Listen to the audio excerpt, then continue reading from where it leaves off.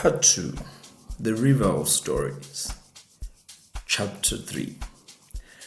The river, Gogo Lindiwe said, her voice raspy, used to have a voice. We were standing on the banks of Umzimvubu, or what was left of it. In the dry season, it was less a river and more a suggestion, a sandy, rock-strewn scar winding through the valley. A few stubborn pools of murky water reflected the harsh blue of the sky. My grandmother, Lindiwe, was a living map of Lukhanyo's history. Her face was a landscape of deep lines, each one a story. She held herself with a straight-backed dignity that defied her 70-odd years. For my project, Gogo, I said, kicking at a loose stone, I need more than stories. Mr. Sbu says I need data to prove the agricultural instability part. Numbers, facts. Gogo chuckled, a low rumbling sound. You and your tablet, you think facts are numbers. Facts are memories, Thandi. Facts are what the land remembers. She pointed a long, bony finger upstream towards the foothills of the Drakensberg. When I was a girl, this river had a rhythm.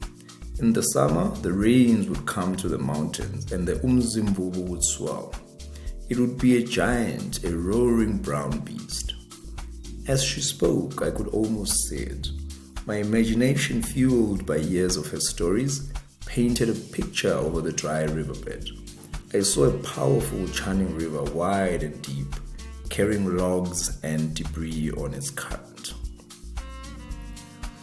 We feared it, of course, she continued, but we understood it.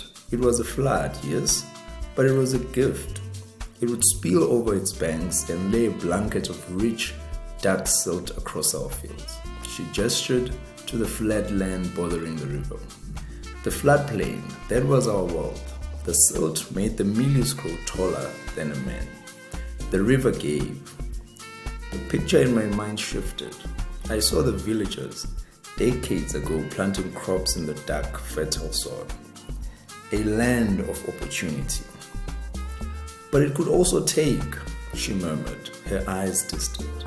Some years the rains were too fierce, the flood would be a thief, washing away homes, stealing livestock. It was a balance, a hazard and an opportunity all in one. She sighed, and the vision of the mighty river vanished, replaced by the trickling reality. Now the rhythm is broken, the seasons are confused, the rains come in short, angry bursts that wash the topsoil away, or they don't come at all for months. The river has forgotten its song. Her words resonated with what I'd read about climate change. Unpredictable weather patterns, increased frequency of extreme weather events. Gogo, I said slowly, an idea taking root. Your memories are the story, but maybe I can find the numbers to prove your story is true. She gave me a long, appraising look. The world is a book, my child, she said, her eyes twinkling.